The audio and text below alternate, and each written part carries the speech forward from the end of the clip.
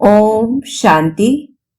22 अप्रैल 2026 के अव्यक्त इशारे हैं।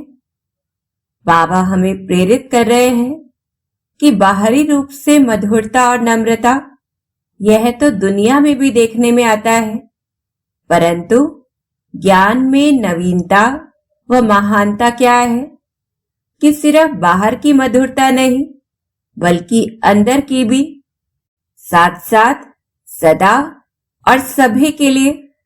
तो वह किस प्रकार से धारण करनी है?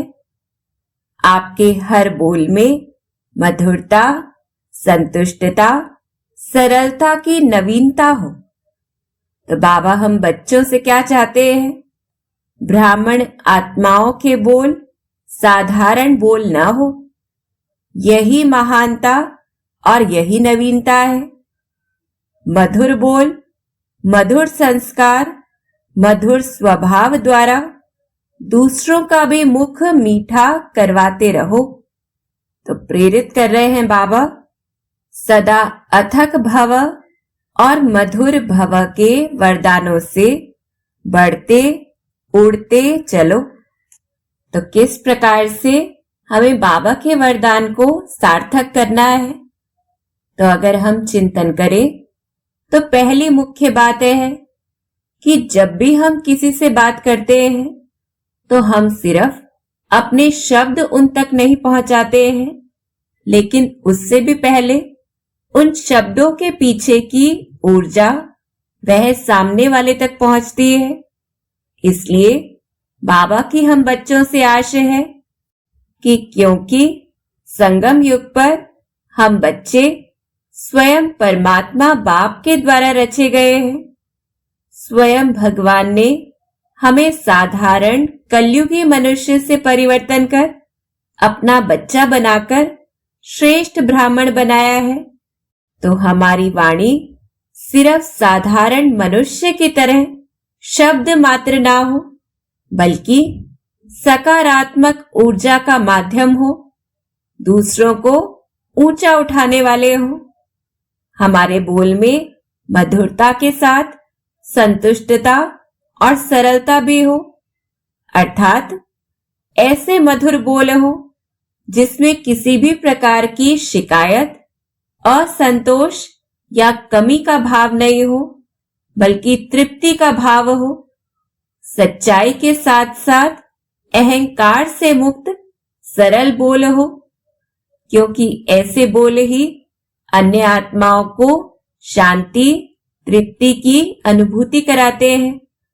और इसी से ही हमारे ब्राह्मण जीवन की नवीनता और महानता प्रत्यक्ष होती है कि परिस्थिति कैसी भी हो, मनुष्य कैसे भी हो, परंतु हमारे बोल सदा महान हो।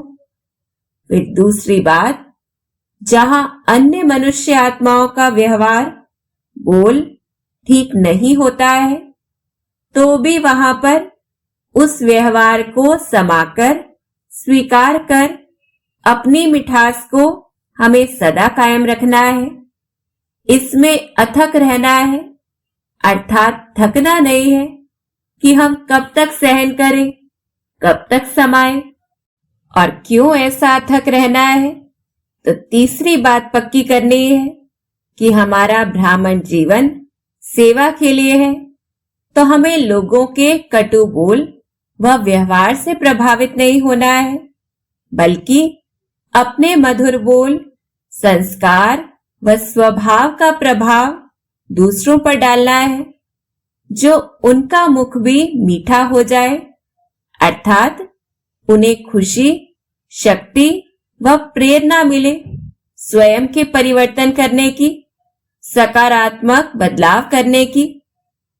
तो इस प्रकार से परिस्थितियों व लोगों से अप्रभावित रहे, ज्ञान मार्ग में सदा निरंतर आगे बढ़ने व फरिश्ते के समान हल्के रहे, खुशी में निरंतर उड़ते रहने के लिए हमें सिर्फ बाबा को देखना है, बाबा से प्राप्त वरदान को स्मृति में रखना है कि सदा अथक भव और मधुर भव।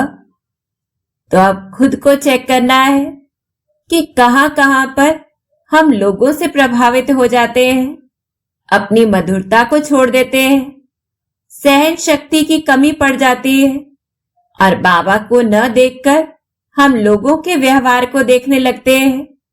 अपनी महानता को छोड़कर कहां पर हम साधारणता में आ जाते हैं।